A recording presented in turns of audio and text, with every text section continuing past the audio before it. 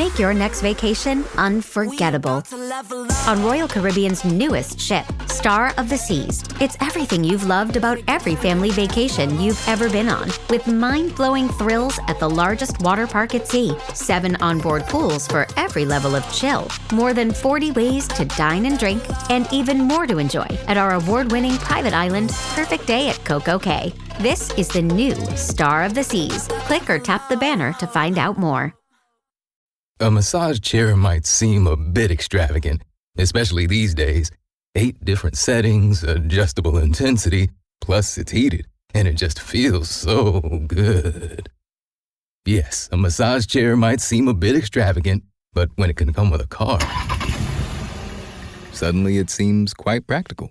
The all-new 2025 Volkswagen Tiguan, packed with premium features like available massaging front seats, it only feels extravagant. Hi, it's Dave here. Before you listen to this episode, just a heads up, there's a post-credits part of our episode. We don't normally do this, but we realized during the episode we promised we would talk about the title and then got excited and arrived home, and the episode ended and we never did. So we've done a little tag on to this episode, which we recorded the day after we saw the movie, so just stick around at the end for a little bit longer. Hi, it's Dave here. This is my wife, Kathy. Hello. This is the Cinemile. It's the podcast where we walk home from the movies. Today we're going to a movie which I've decided is my most anticipated movie of the year. Not to lay a load of expectations and burden at the door of this movie. Because it is your most anticipated movie, I'm going, but I don't know anything about it. And if it was up to me, we'd be going to Freakier Friday or... what's the James Franco one? Oh, that looks good as well. Together. Yeah, Together. And Freakier Friday looks fun as well. James Franco. His brother. Dave Franco. And his wife, Alison Brie. Exactly. No, I don't want to go and see James Franco. I want to see Together. But anyway, I'm going because sometimes you get to pick the movies, Dave. So why are you excited for this film? Why am I excited for this film? Well, I saw the last film by the director and writer of this, Zach Cregger, which is called Barbarian. Caught this, I think it's on Netflix or it's on one of the streaming services. Anyway, seek it out. I went into that blind, and you're going into this blind, so I'm quite excited. And I gotta say, it's hard when you've seen enough movies. You start watching a movie and already your brain is filling in where it's going based on your experience. So Barbarian, the movie, starts in a place with a setup, and it's a horror film, and you're like, oh, I get where we are, what we're doing. And then like I don't know, 20-30 minutes in, it just completely flips the script and you realize, oh no, it's a different type of movie that I'm watching. And then 20-30 minutes later, it flips it again, and it does it 3 or 4 times, and I was so impressed. That is intriguing. At how he kept anticipating the expectations of the audience and flipping the table over and doing something different, but not in a gimmicky way, that sounds gimmicky. Barbarian is a fantastic film. It's scary and creepy and disturbing and funny and incredible tone. So I feel like this is a guy, when I finished that I was like, whatever film this guy makes next, I'm showing up for. And then the trailer for Weapons came out a few months ago, and it was just, it's got, Kathy doesn't know what the premise is, but it's just got such a good mystery and I deliberately kept away because you told me it's got a great hook. Well, I've seen all the patrons talking about it, and I've seen a lot of like buzz about it online. And don't even look at the poster on the way in, because the tagline has the premise. Okay, I'm going to walk down the centre aisle of the cinema, my hands over my eyes, because I love this. Sounds great. I can't wait. So we are going to see it now, and we'll come back when we're done. See you then. Bye. This is a true story that happened in my town. So this one Wednesday is like a normal day for the whole school. But today was different. Every other class had all their kids. But Mrs. Gandy's room was totally empty. And you know why? Because the night before, at 2:17 in the morning, every kid woke up, got out of bed, walked downstairs and into the dark. And they never came back. I don't understand at all. Why just her classroom? Why only hers? Where are our children? We have a lot of emotional parents here. I think it's best if you keep some distance from this place. Hello, we're back. We're out. We have seen the movie Weapons. It's very quiet. It's the first time in months we've done a podcast in the dark. Yeah. Because it's like Have you noticed autumn has just arrived. You know when you come out of a horror film as well and the dark is a lot more oppressive and the Yeah, silence is a it's lot weird. more silent. Anyway, if it's your first time here at the Cinema, we will not spoil the movie Weapons until we get to Spoiler Street, and we will warn you when that happens. Kathy, are you okay? I'm okay, thank you. Thanks for your concern. So you're looking away a few times. I did look away a few There times. was a few fucking hells I know. muttered I can't let myself. under your breath. Horror is not my genre and I don't have the stomach for it. Well, well However, done. Thank you for coming. You're welcome. I'm really glad I went. Thank you for encouraging me to go. I thought that was a very good film. I was giving me like Coen Brothers vibes, and I say that as a high It was weirdly compliment. funny, wasn't it? It was There was often funny. Loads of humour, and the way they wove stories together was giving me that vibe. And I love Coen Brothers because it was quite thrilling and comical, and very plot heavy, and brilliant characters. I find the central idea fascinating, of which we'll discuss more on spoilers, I guess, because I don't know to what extent anything's in the trailer. The trailer, we can assume the trailer has given away the central premise of this movie, which you now know. Okay. Which is that I don't know. I mean, they've just heard it. So I haven't seen the trailer, so I don't want it's the first few minutes of this film which sets it right up. Okay. So you can say it. Fascinating. Yeah, there's like real Stephen King vibes here as well. Yeah, I found the whole thing eerie, not too scary though. Like as horror films go, it's not that scary. You know, there are a few jump scares. It's creepy. It's often creepy. I found it very original.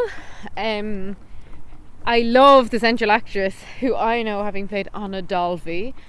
And I know she's in Ozark as well. I thought she's brilliant. I love Josh Brolin. I enjoyed the whole cast. I thought the little kid actor was brilliant. Oh, very good. Julia Garner is her name. Yeah, she's fabulous. So I had a really good time with it. I found it really original. It was like a very busy audience, and they told us at the cinema that like this has been like hands down the busiest film like in the last week. And I'm not surprised. It's quite long now. I think right by the end I was a bit like, this needs to wrap up now. Like, but that's just me. I'm not good with very long movies. Like, it's well over 2 hours. But overall, I had a really good time. So thank you for bringing me. And I think I'm very interested in this director now too. I may go back and watch that other film you mentioned. Oh, I think this is really original, I'd watch it interesting. again. Yeah, it's a really interesting, really cool film. How did you feel about it? I really liked it too. I thought it was very good. I think it could not possibly live up to the strange expectations and burden I had put on it. I don't know why this movie just really the trailer really just grabbed my imagination, and I was really looking forward to it. So it doesn't live up to whatever was in my head, but in fairness, it's not, you knew that was unrealistic. No, but the difference, I guess what I'm trying to say is I think this movie is very good. I don't think it's quite masterpiece level. For instance, we haven't talked about it here because I saw it on my own, but I saw Bring Her Back recently, and I think that is a masterpiece. That for me, that's a better film than this. Yeah, but you described that film to me, and I'm like, I would rather die than watch. Yeah, that you would hate Bring Her Back, and I would never inflict it upon you. And it has no levity. This had frequent moments. We were laughing out loud. I'm surprised at how funny it was.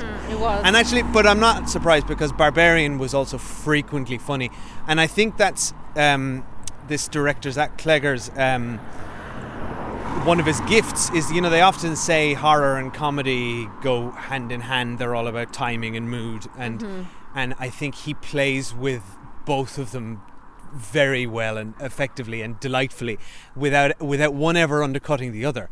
And we'll talk about it in Spoiler Street, but the comedy will just show up in the middle of a horror scene and kind of diffuse the tension a bit. And I think that's why I enjoyed it more than I would normally enjoy a horror film, because there was a lot of that, and there's a lot of, it's not just the nervous laughter that can happen after a jump scare in a horror film, but it was like genuine laughter. I feel like if I was an actor, I'd be very confident in him as a director. Yes. He feels very confident, and I think even the central female protagonist, she was so interesting and well written, and like we just don't often get that. I So I thought thought she was very like a character that I wanted to learn more about. I would follow her around in other plots. Was just an interesting person. what surprised me about this, I agree with you, yes. What surprised me about it was that she wasn't, there wasn't a so-called central protagonist. She's probably the first person we meet. But this movie is actually a series of interconnecting stories, like you said, like a Coen Brothers, often like a Coen Brothers movie.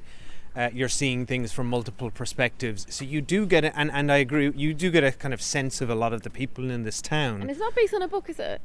I don't believe so. 'Cause it feels like a book. It feels it feels like a book. So and I don't believe it is either. I haven't looked into this, but as far as I know, he wrote and directed. Put it in the show notes, but I believe it's totally original. I think it's original, Yeah. and that's what's great about horror as a genre. One, it seems to be propping up cinema, and making money.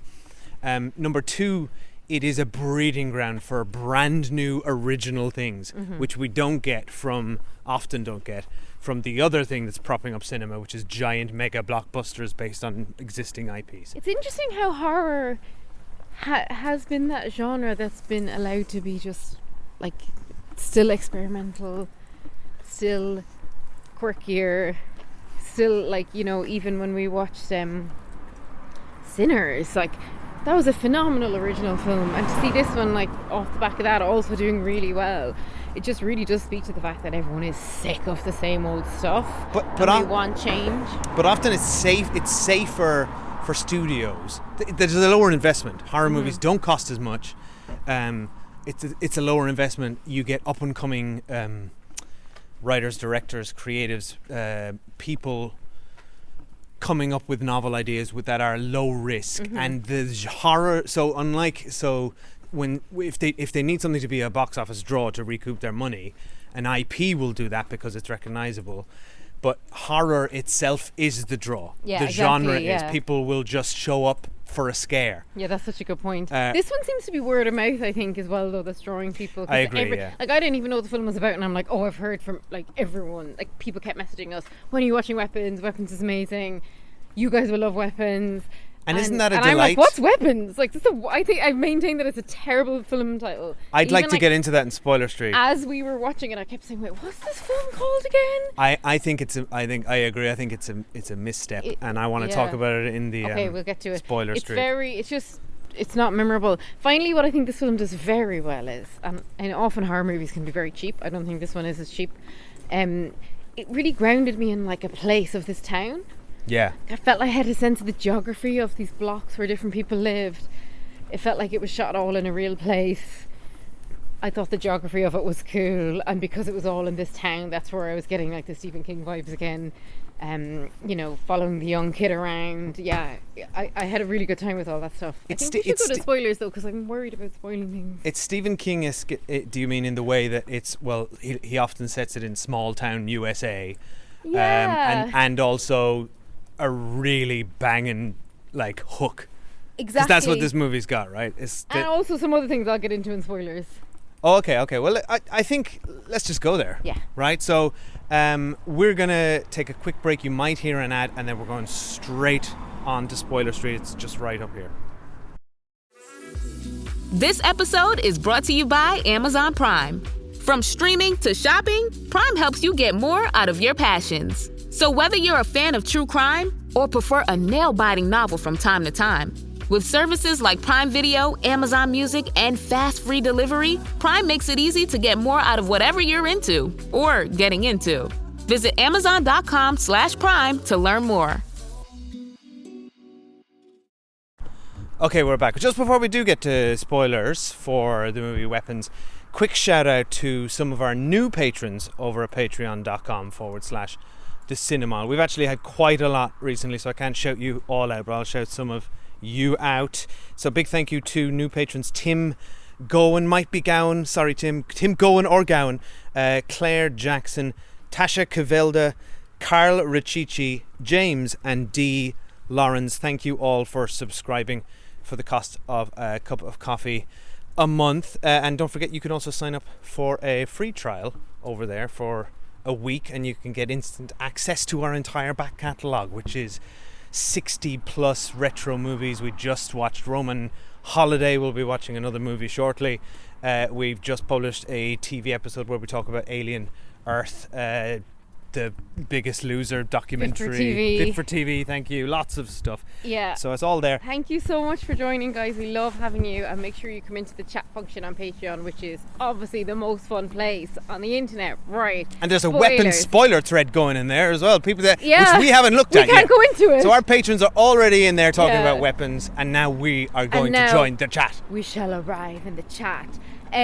So I guess like for me it was like the Stephen King thing really kicked in when we saw like the Pennywise lady. What was that? So was that just Aunt, what's her name? Aunt Gladys? Yeah. In clown makeup? I guess it's not in the woods. That was her in the woods looking at the... Yeah. But why was she in the woods? It didn't look like her.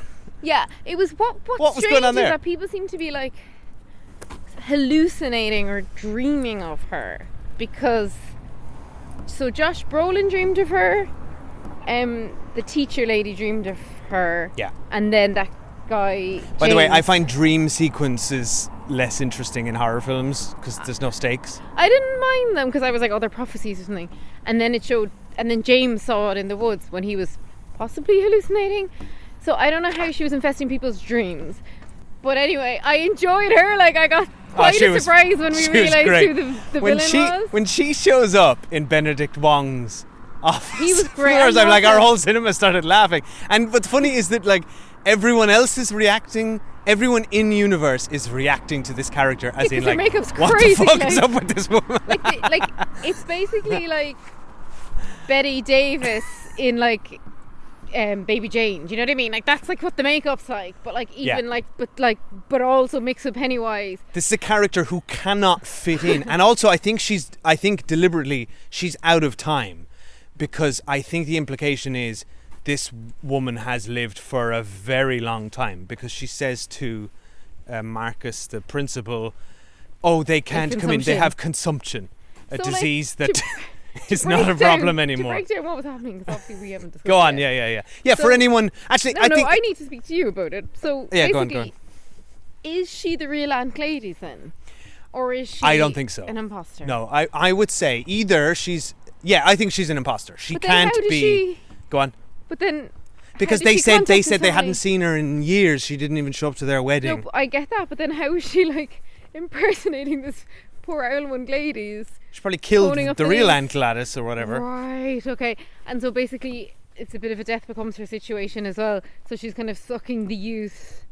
That's the implication. Or not the youth so much as the vitality or the life exactly. force. She thought the parents would be enough for her, but she needed more, so she decided to take everyone in his class at the exact same time. What I love to be fair, which is obviously a stupid idea and arouses suspicion. Idea. But to be fair to the movie sets out that she doesn't really know what she's doing. She's relatively incompetent. She's making shit up as she goes along. To like pull back from her for a second on like the storytelling device of how it all opens. Yeah, it's brilliant. It's absolute cracker of an opening, so much that to the young men behind us in the cinema, they were like laughing and having the crack, and I literally turned around and I said, lads, will you please be quiet, and they both stopped. I used my full mom voice. Yeah, they were talking over the exposition. I cannot, not only were they talking loudly and they were laughing and like joshing and stuff, and I just turned around full mom and shut them up. Because it's like, if they're going to be like that at the beginning of the movie, God help us when we actually get to the good bits. And listen, you're my hero, Kathy, because they stopped. Yeah. So from the opening scene, I was like fully in it, and I actually, sometimes you roll your eyes at exposition, but it worked really well here, the little girl telling us what happened, because we were also looking at it at the same time, like a teacher walking into an empty classroom, like that's freaky as fuck. Yeah. And then we kind of unravel, and at the beginning I always thought she was going to be our protagonist, so when it started going through different people, I found that really interesting. Well, I knew that was going to happen when you get her name. Anytime you get a character's name and then you follow them, you're like, oh, we're going to get another name. We didn't know what characters we were going to get, and I love how it wove through, because sometimes it can be a bit trite when things do this in film or TV, because they like, and this used to happen in The Affair a lot, and I ended up getting a bit bored of it, even though I loved The Affair. You're like watching the same scenes again, but from different people's perspective.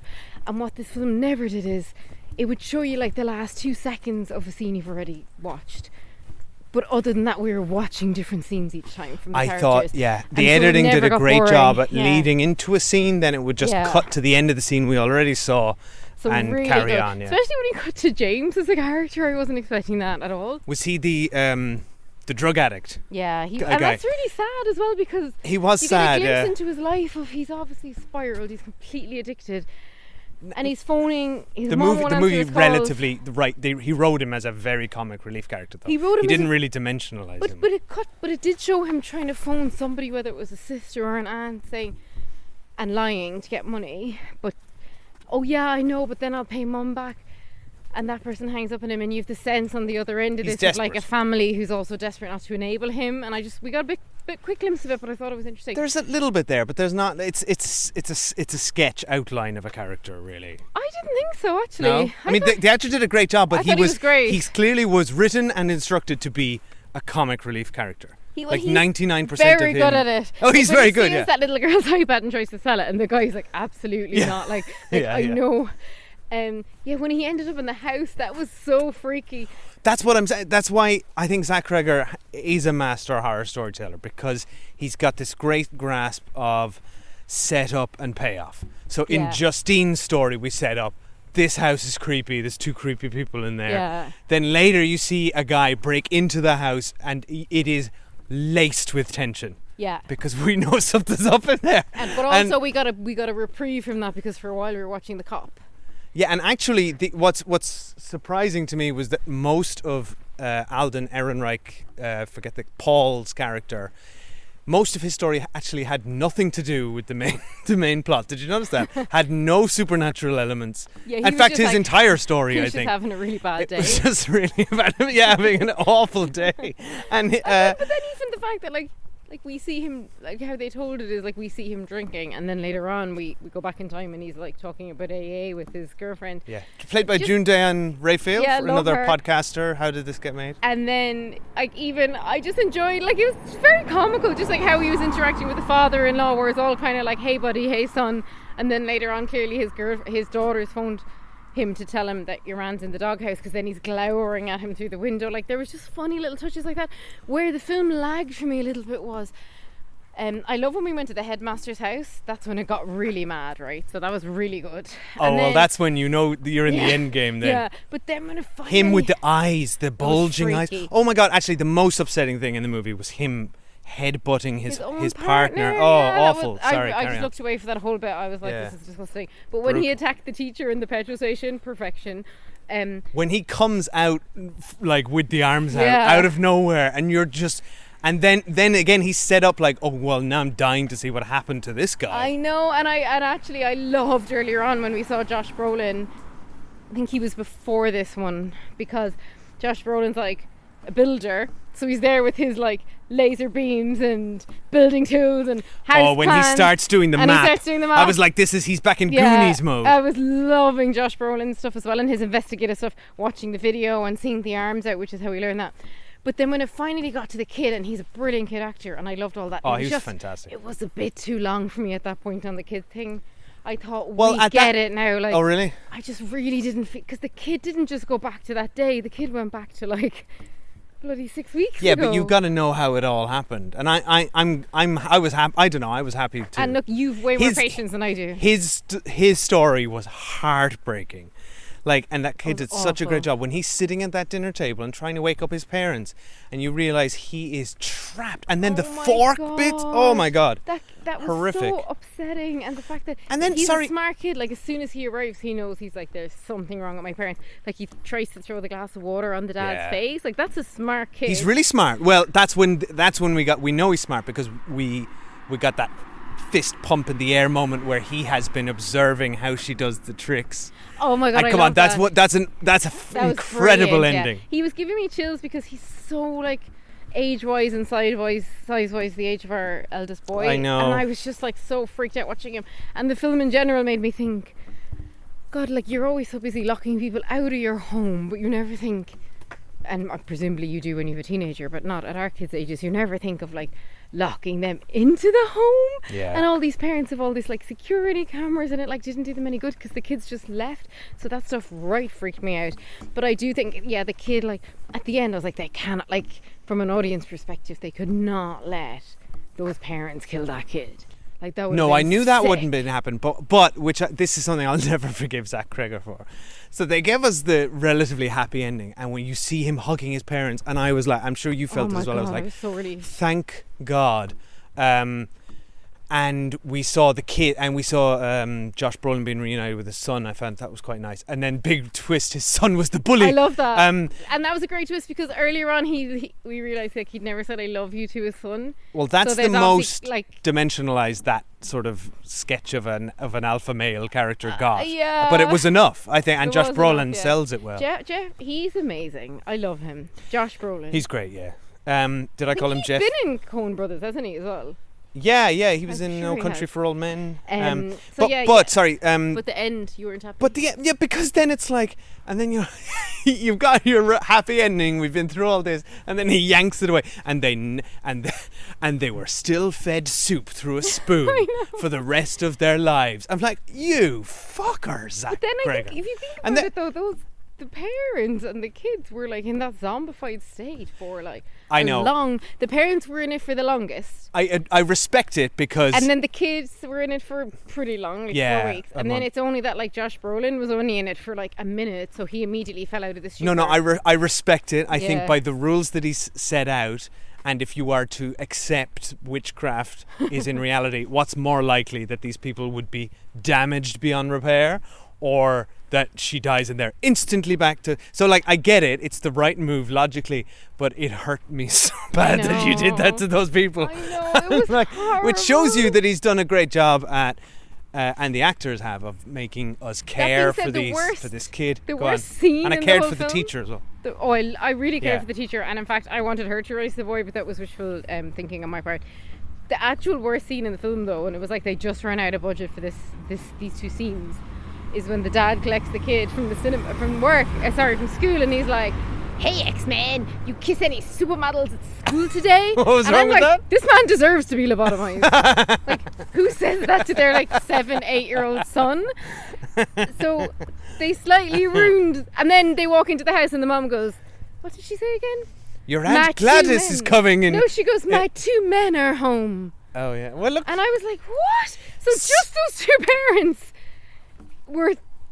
It was like, I don't know what happened with those 2 parents. Yeah, they were very... I didn't care about them. I cared about the son. But like, why couldn't they have just been normal parents? Like, yeah, I don't know. Why They were a couldn't bit they just odd. been like, "Hey, tidy your room"? Why did she have to make weird comments about her 2 men? And why did the But dad then when they have were to be having the saying- conversation in the bathroom, I thought they felt quite real. Yeah, about but they like... should be watching their mouths. Like, Gladys has just arrived and they're just shooting I off know, about her. yeah, She's yeah, going to die in a month and they have a hospice. and Well, don't they want got her their there. comeuppance, didn't they, Kathy? This is what you get now if you speak about people Of all the people, anyway, in earshot. that they portrayed poorly, it was indeed those poor parents. Anyway, we better go. That was a great time, though. Thank you. I always feel like after a horror film, you've a lot to chat about, and it's also a bit eerie because it's so quiet and dark right now. Yeah, I think it didn't get completely under my skin, but I found the plot was incredibly well executed and unraveled. He did do a good job of making us care about these people, giving us enough of little glimpses into their lives. They felt pretty well rounded, to the point where by the time it all came together, we cared about them. And I also loved the way Josh Brolin and the teacher were kind of set up like in opposition at the beginning as enemies, and then they came together. Yeah, at that the was end. great. Enjoyed all that stuff. By the way, when your one ran out the house to like cut off a lock of her hair while she was asleep in the car, freaky. Oh, so freaky. The bit Because at the end particularly at that stage, because you've no idea what's going on. Anytime that door of the house opened, oh my God, that's enough. Like the bit at the end where it was like turned into like a sketch was when the Gladys, or whatever she's called, the auntie, runs out the house. And the like kids are all 17 kids. It was like a Benny Hill sketch. Yeah, exactly. Yeah, and yeah. I mean, the kids would have been way faster than her, so it was just silly. But it was actually like pure, proper comedy. But like, I liked that for the laugh. I the don't whole know. cinema was laughing. Exactly, but it's played for laughs. Yeah, exactly.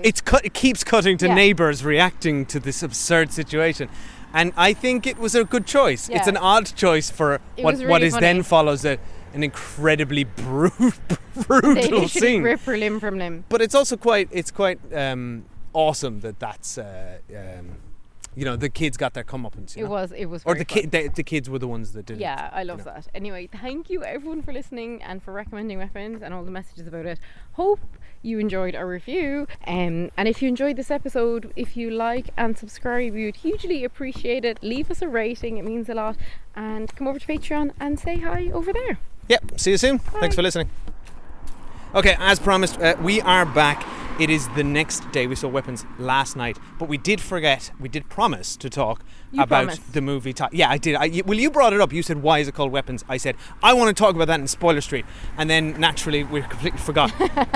So I'll tell you why I thought it was called Weapons. Please do. Because you've got a lot more theories than me. Yeah. I thought it was called Weapons because somebody in the movie said the line, they're turning people's bodies into weapons or some such.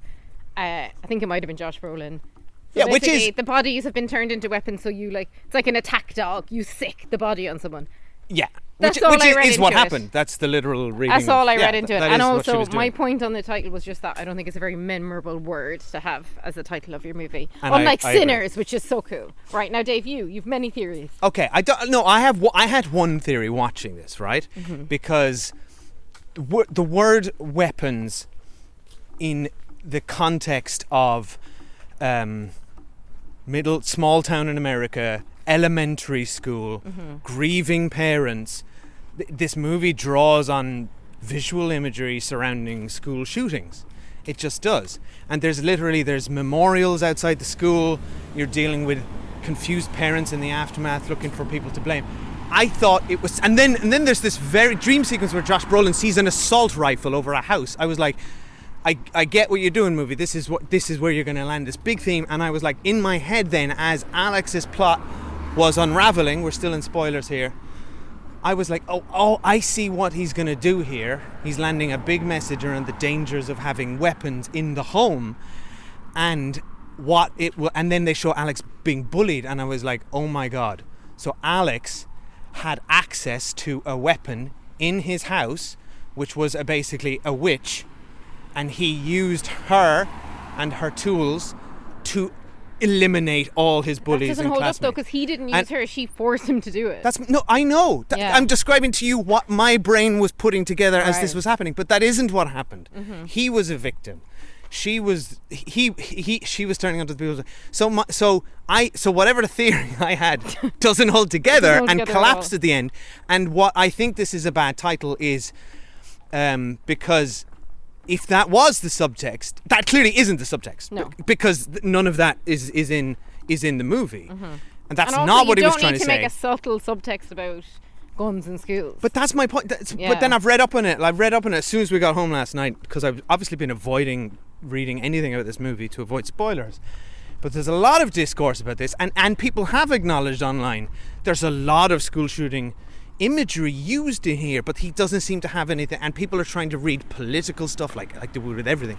But Zach Cregger himself has said he hasn't acknowledged any of that stuff. He says that he wrote the movie from a place of grief because somebody who was close to him in his comedy troupe died, and that was the starting point. And he also spoke about alcoholism and his own childhood. So then when you look at the movie as Aunt Gladys representing, there's a lot of alcoholism in the movie.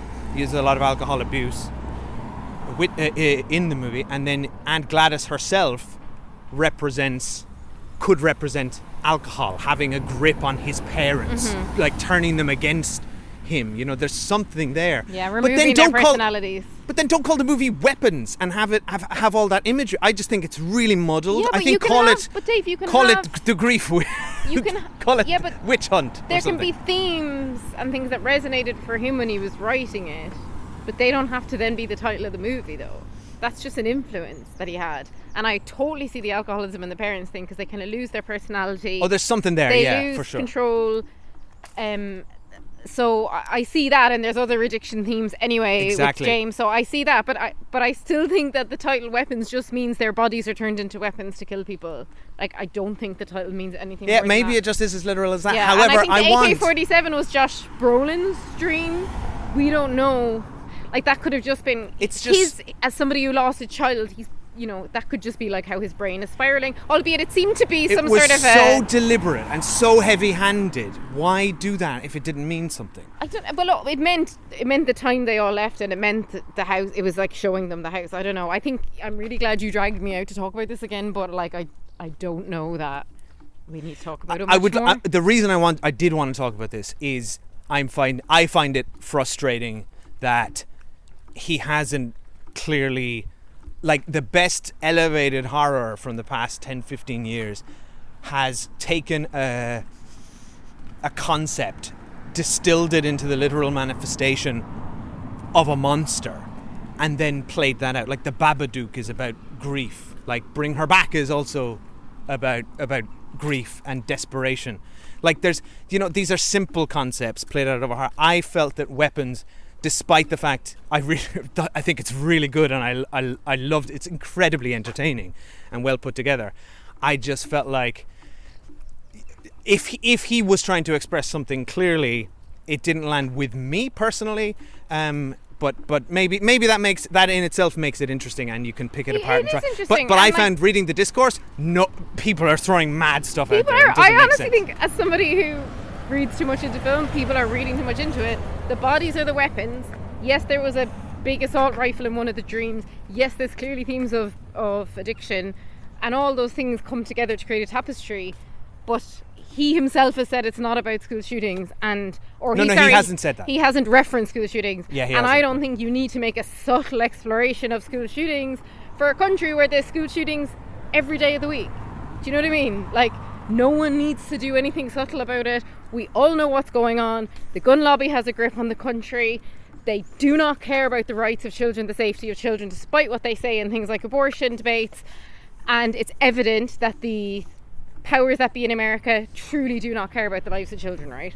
I don't think a film like this needs to address that topic whatsoever. And I think how he wants to make a film about bodies turning into weapons was a cool film. And that's like, fine. That's fine. I agree with you. He doesn't have to do that. But you have to acknowledge, maybe you clearly didn't see any of the clear imagery. There's the movie's called Weapons. I know the movie's called Weapons. Like, it really evokes the sense of post-school shooting. But it's also just post any loss, though. If all the children had been run over by a bus, there'd have been a memorial thing outside for them. Like, yes, you're seeing it about school shootings. I'm not. Okay. It'd be interesting to see what our listeners think. And are you happy we came back the next day to deliver more on this? Yeah, we don't normally do this, and I don't think we should do this. No, because it's too complicated. As soon as, like, our podcast is the immediate reaction, and it's very very fresh and unblemished, and then you suddenly you delve into the internet, and it's like, oh wow, and this there's too much context. And also, like, I heard you talking about all the stuff last night. Now you forced me to go and talk about it again. Dave, when will it end? Sorry. I said to Dave, fine, if you want to go and talk about it tomorrow, I'll do that, but you don't need to talk to me about it now. And then he insisted on talking to me about it last night. I had to expel it from my mind. I'm busy, like, I'm reading the Pelican Brief. I don't have time for this. I can't describe to you all, as soon as we got in and turned off the recorder, it was like that, when you realise you've, like, left the heating on in your house or something. It was like, we forgot to talk about the title. And I was like, what title? Who said we talked about it? I don't remember. Kathy purges things from her memory instantly. Anyway. Did we see a film? Thank you for coming back and listening to this.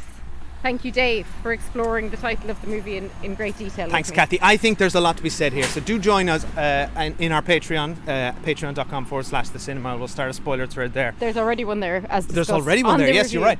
Or just email us or message us, thecinemaile@gmail.com or @thecinemaile on all the socials. Bye.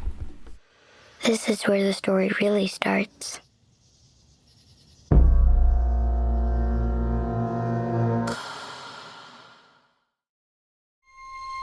This episode is brought to you by FX's Alien Earth, the official podcast. Each week, host Adam Rogers is joined by guests, including the show's creator, cast, and crew, in this exclusive companion podcast. They will explore story elements, deep dive into character motivations, and offer an episode-by-episode behind-the-scenes breakdown of each terrifying chapter in this new series. Search FX's Alien Earth wherever you listen to podcasts.